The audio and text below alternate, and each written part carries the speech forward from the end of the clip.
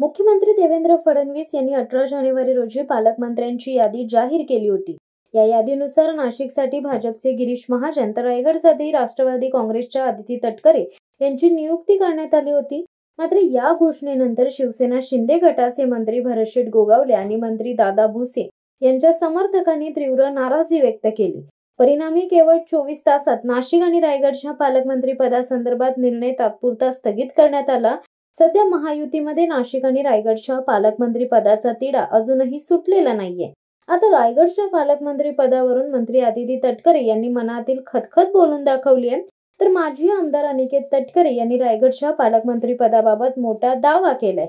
आदिती तटकरे या रायगडच्या जनतेच्या मनातील पालकमंत्री आहेत असा दावा विधान परिषदेचे माजी आमदार आणि सुनील तटकरे यांचे सुपुत्र अनिकेत तटकरे यांनी केलाय।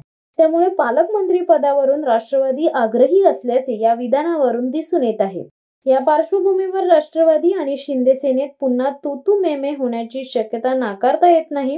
रायगड जिल्ह्याला राजकीय गैरसमजातून पालकमंत्री पद मिळालेलं नाहीये, त्यामुळे जिल्हा नियोजनाची बैठक होत नसल्याने निधीचा अभावी राहावं लागत असल्याची खतखत महिला व बालविकास मंत्री आदितीताई तटकरे यांनी व्यक्त केली आहे।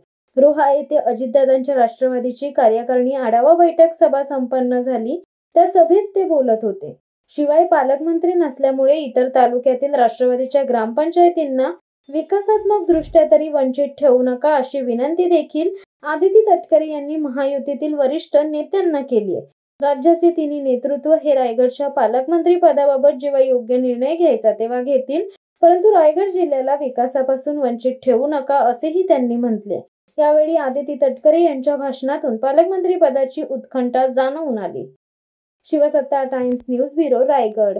दे धडक बेधडक वृत्त देणाऱ्या आपल्या शिवसत्ता टाइम्स न्यूज चॅनलला लाल बटन दाबून सबस्क्राईब करा आणि बेल आयकॉनला क्लिक करायला विसरू नका।